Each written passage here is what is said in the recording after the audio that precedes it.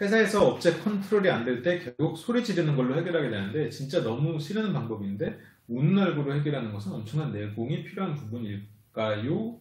점점점이라고 하셨는데 소리를 질러야 될 때도 있겠죠.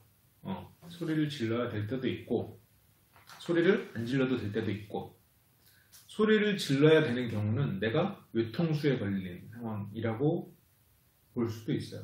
소리를 지르지 않으면 안 되는 순간이니까 다른 선택지가 없는 거니까.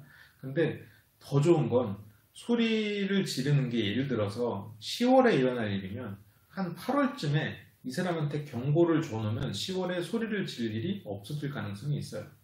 8월에 경고를 주는 것도 여러 가지 방법이 있겠지만 그 사람한테 10월까지 이런 게 안 됐을 때 이런 페널티가 갈 거예요. 제가 도와드리고 싶지만 이런 거에 있어서는 뭐 저희 선임 뭐 핑계를 댈 테고 이런 거에 대해서 아니면 아예 그냥 감정 쏟지 말고 이런 거에 페널티가 있을 겁니다. 예. 그래서 아예 문서나 근거로서 이미 정리를 해놓으면 소리 질 일이 없죠. 교통사고도 똑같아요. 목 잡고 나오면 내가 당신 받은 거 뭐 얼마나 된다고 그렇게 목을 잡고 나와 싸울 필요 없어요. 근데 잠시만요. 바로 보험 부르면 돼요. 그건 바로 들어와서 해결이 됩니다. 근데 내가 만약 보험사도 없고 이 사람은 분명히 황당한 요구를 하고 그러면 거기서 내가 소리를 질러야 될 수도 있고 그 사람 싸움에 대응해야 될 수도 있겠죠. 물론 저야 뭐 항상 뭐 평화주의자니까 소리를 지르거나 그러진 않으려고 애를 씁니다만 질러야 때는 질러야겠죠. 욕을 해야 될 때는 해야 되고.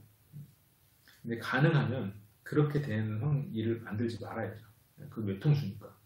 내가 이미 지기 직전인 게임이 되는 거죠. 다른 선택 여지가 없는 거니까 끌려가는 거고. 웃는 얼굴을 해결하려면 내가 웃는 거는 선택할 수 있어요. 근데 상대가 웃는 것까지 바라지 말아야 돼요.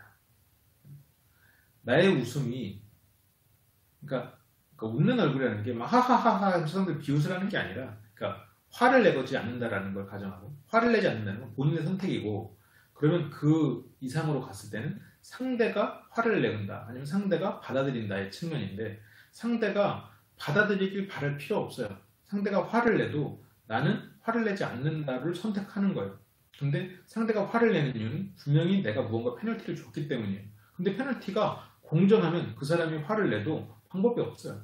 그럼 그 사람이 외통수가 걸린 거예요. 이게 외통수를 걸렸다가 상대를 파괴시켰다가 아니라 옳은 일을 했다가 되는 거예요.